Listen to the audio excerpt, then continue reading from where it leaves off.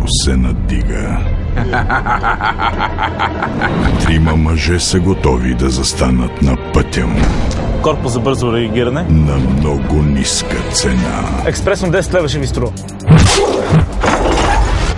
Третият случай, по който работим в момента, е да следим съпругът на една жена. Сигурен ли сте, че са ви разкрили? Да, на 100%, но с какво точно се занимава съпругът ви?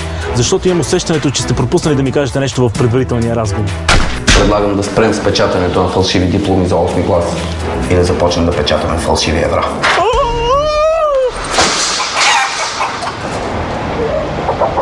И какво? За нас ще работи най-известният майстор в страната. Pour moi, asperge la flamande. Завършил е Лондонската художествена академия. Moule marinière. И е циганин. Браво! Стреш ногтите! Този случай е сериозен и ще представлява голям интерес за полицията и прокуратурата. Те са фокусирани. За да разнищиме този случай по-бързо, да отидем при тази Георгиева и да я разпитаме по-подробно. Някой да ви е казал, че имате прекрасни ноздри? I'm sorry. Забранявам ти да се обаждаш на тази жена. Те са един. Цербер! Нерес! Ерсатия! Те са смели. Те са умни. Някой иска да ме убие. Скузи! Те са бързи.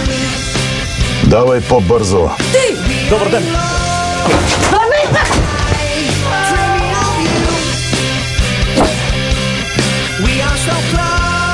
Диана Любенова, Мариан Вълев, Башар Рахал, Стойко Пеев. Ти идиот, това вече преля чашата. Беги, Боре! Хванете го! Корпус за бързо реагиране. Оттребахте ми котето, Спокойно. Нашите движения са премерени, котките винаги падат на крака. Дори да не паднат, имат 9 живота. 10 лева. От март само в кината. От Профилмс.